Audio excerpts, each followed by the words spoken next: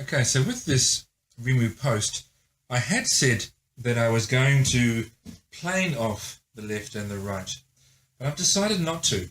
I've decided instead to bandsaw off the left and right just to get rid of that rounded over edge. I've already done this side, and there are a couple of reasons for that. Number one, I would be planing off almost a centimetre of wood, and that's quite a few passes on the bandsaw, so that would be a fair bit of work. But not only that, rimu is really nice wood, and if I plane it off, then I reduce it to wood chips because I would be using my benchtop planer. If I were mad enough to do it with a hand plane, even still, it would be reduced to shavings, which is not much good for anything. This way, hold on. This way I can actually use the piece that I've cut off to make veneers. You might not be able to see that well because it is very rough sawn, having just come off the bandsaw, but it will make quite nice veneers on, say, a headstock. So that's what I've decided to do, and now I'm going to cut the other side off. And this, I don't know, it's probably quite a basic cut for a lot of you experts out there, but it does put to test my long, straight cutting skills. So let's see how we go. Now I just want to make sure that this beam isn't going to hit the light that I've got set up here. It is. I'm just going to move the light. There, all done. Okay, let's go.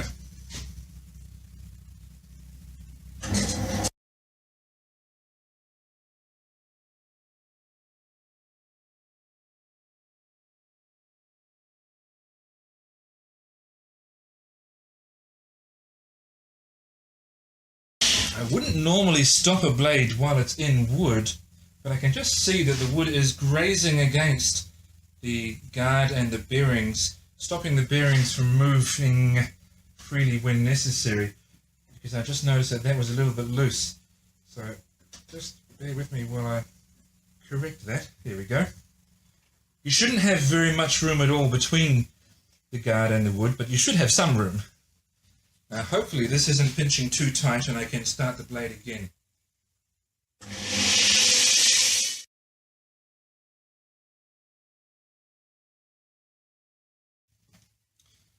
Done! So now I will just have to plane each side that I have cut, but that looks nice and straight on each side, albeit rough sawn of course. So I'll get onto that now. I'll plane those sides, and then I will just very shallowly, is that a word? Very shallowly plane top and bottom to get all the varnish off there. I have now planed all the sides of this nice rimu post, so it's down to an untreated piece of wood with 90-degree corners. I've drawn the line where I will now put it across the bandsaw and cut it to get a piece for two separate guitars. The overall thickness is 86 millimeters. So I'll cut it in half, then plane those cut surfaces to make them nice. So I should be able to manage two pieces that are 40 millimeters thick. And that's a perfectly okay thickness for a guitar body, so that's what I'll have when I'm done. So let's get to the bandsaw again. Let's rock!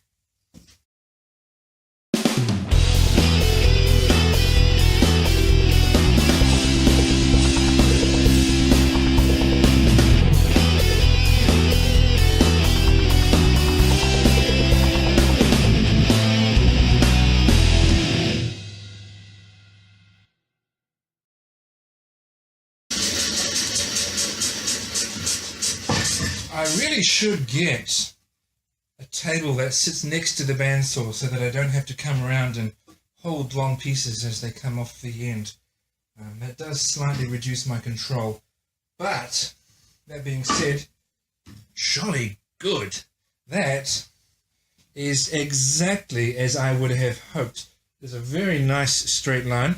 I will just put it through the thicknesser because there is already a flat plane surface here, so I can easily put that through the thicknesser now. And just take off maybe 1.5 millimeters, if that. Maybe just 1 millimeter, hopefully less.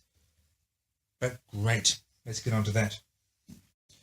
So I have now planed up the rimu posts, well, they're not really posts anymore, but what were posts, into the correct thickness, and everything is nice and true, and all the edges are nice and 90 degrees. And I've now split that piece of walnut in two and planed the cut surfaces to make them nice and flat as well. The black marks here to show me which way is up, lest I forget.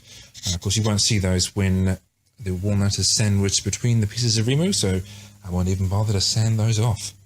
Next step is to split the pieces of rimu down the middle, then plane those cut surfaces nice and flat as well. Do that for both pieces, and then I can do the sandwiching and gluing. So all the wood has now been cut appropriately lengthwise and planed, and is now sitting together nicely. So let's get on to the gluing. I use Gorilla Glue, which is a polyurethane wood glue. Well, there are several things that Gorilla Glue make, but this is the one I use, the premium wood glue. There are pros and cons to it. The main con is that it's really quite messy. It does foam up, which has some benefits. It means that if there are any small cavities, the foaming up will fill those, but I'm pretty good when it comes to making joints, and I tend not to have cavities, so I don't really need that feature. But another good thing about it is that it's quite generous when it comes to how long you can have it exposed before you have to put the pieces of wood together. About 15 minutes according to the instructions on the bottle. So you can fiddle about a wee bit before you're ready to put them together. So I've got the glue, I've got a scraper. Some people buy scrapers, or they'll buy, say, a credit card blank to do this with, to spread the glue out. But if you eat as much ice cream as I do, you're always going to have plenty of plastic to cut scrapers from. See? So let's get underway. With this glue, you only have to apply it to one of the surfaces, and you don't need to put too much on. Just have a fairly strong smell, not a solventy smell, just a Gorilla Glue smell. I should get a rag actually, just a moment.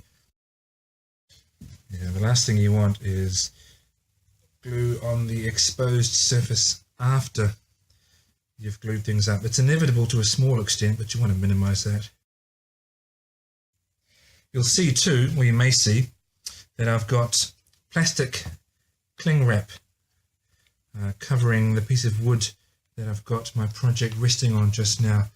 And that's just to, well, basically so I can sit this neck to dry on it, and I won't have the problem of my neck being glued to the bench. Okay, so I've got decent coverage now, decent coverage of the surfaces to be glued.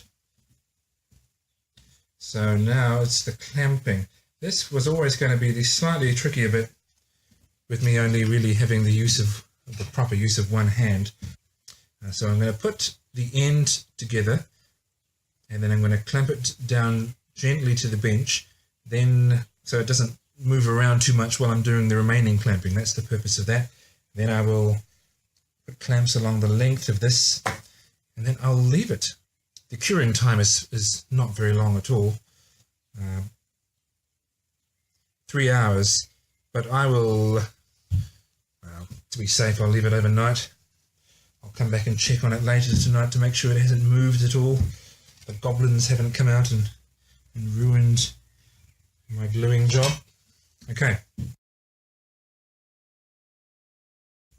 Now I'm not using coils for all of these clamps because I don't mind if I leave, I mean they probably won't leave any marks because they've all got plastic protection on them, but I don't mind if I do leave some gentle marks on either side because I will do some further planing on this.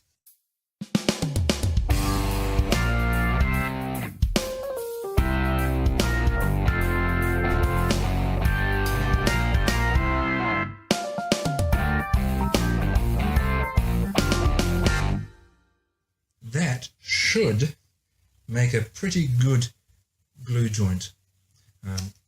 The glue that's oozed out will foam up that's okay. I'll clean it off later. The walnut and the rimu are not perfectly level at points, so I will just give it another plain top and bottom. But I anticipate good results. Don't you?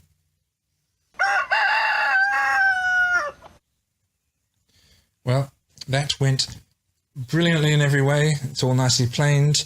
Looks exactly as I would have hoped. But seriously, let's not dwell on our successes. Let us press on to better and bigger. So, actually, that is pretty good, isn't it? Let's now go ahead and plane and thickness that piece of redwood.